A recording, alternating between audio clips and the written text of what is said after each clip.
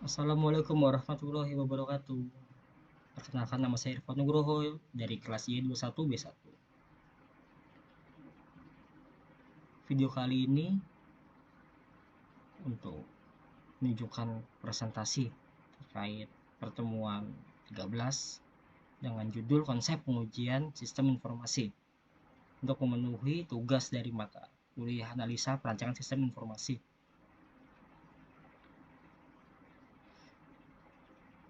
Kita pelajari dulu teorinya. Konsep pengujian. Pengujian atau testing merupakan proses pengeksekusian untuk menemukan kesalahan-kesalahan yang terdapat di dalam sistem, kemudian dilakukan pembenahan. Tahap ini merupakan tahap yang penting dalam pengembangan sistem karena pada tahap ini merupakan tahapan untuk memastikan bahwa suatu sistem terbebas dari kesalahan. Penguji juga dilakukan dengan memerhatikan konsep pengembangan menurut Somerville tahun 2001. Tahap-tahap pengujian antara lain, pertama ada pengujian unit. Komponen individual diuji untuk menjamin operasi yang benar. Setiap komponen diuji secara independen tanpa komponen sistem yang lain. Berikutnya pengujian modul, yaitu kumpulan komponen-komponen yang berhubungan dengan kelas, objek, tipe data abstrak, atau sekumpulan prosedur dan fungsi dengan hubungan yang luas. Sebuah modul merangkum komponen-komponen yang berhubungan sehingga dapat diuji tanpa modul sistem yang lain. Yang ketiga, pengujian subsistem. Fase ini melibatkan pengujian sekumpulan modul yang telah diintegrasi menjadi subsistem. Masalah umum yang sering muncul pada sistem perangkat lunak yang besar adalah ketidaksesuaian interface. Pada pengujian subsistem seperti ini harus dikonsentrasikan pada deteksi kesalahan interface modul dengan menjalankan interface berkali-kali. Yang keempat, pengujian sistem. Subsistem diintegrasikan untuk membentuk sistem. Proses ini berkenaan dengan penemuan kesalahan yang diakibatkan dari interaksi yang tidak diharapkan secara antara subsistem dengan interface subsistem. Proses ini juga berhubungan dengan validasi bahwa sistem telah memenuhi persyaratan fungsional dan non-fungsionalnya dan sistem baru. Yang terakhir ada pengujian penerimaan.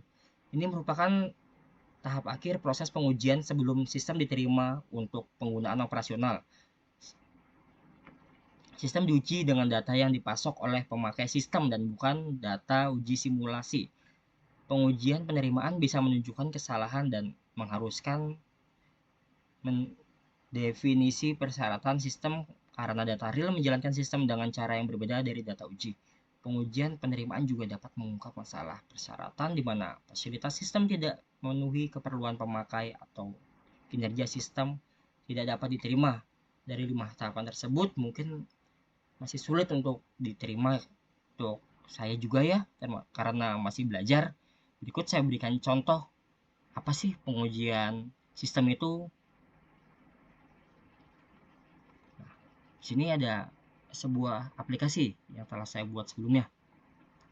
Aplikasi ini bernama Printing Film Counter. Aplikasi yang telah saya buat 2022 tersebut berfungsi untuk menghitung sisa daripada printing film. Kaitannya dengan sistem pengujian, saya ambil contoh seperti ini. Pada material code, ada pilihan dalam spinner yang cukup banyak. Saya akan menguji salah satu data tersebut. Berikut saya ambil 2016. Material dengan kode 2016 dideskripsikan dengan nama PF Sasa KPS sapi 250 gram 3000 meter LH. Saya coba cek dengan database benar atau tidak.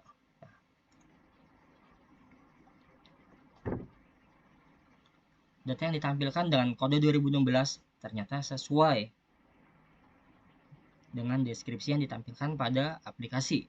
Di sini tertulis PF Sasa KPS sapi 250 gram meter logo halal LH.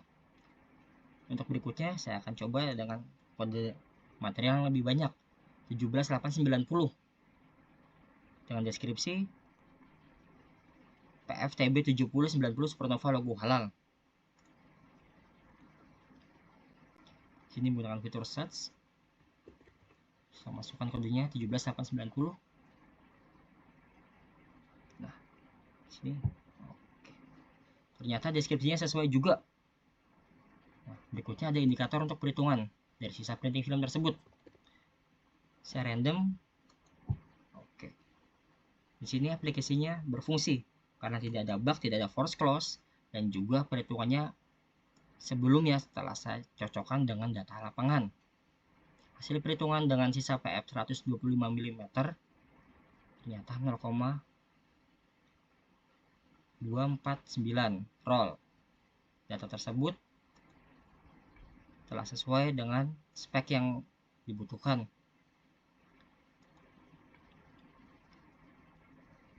Pada testing kali ini juga memastikan begitu aplikasi dirilis ini bisa berjalan dengan sempurna seperti yang dicontohkan sebelumnya oleh saya. Jika ada bug, ini tidak akan bisa diproses, force close dan lain-lain.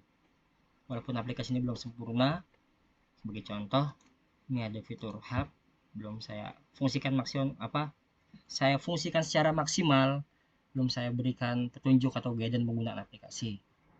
Cuman secara fungsi sederhananya aplikasi ini telah berjalan secara 2 tahun dengan normal dan membantu proses saya untuk bekerja.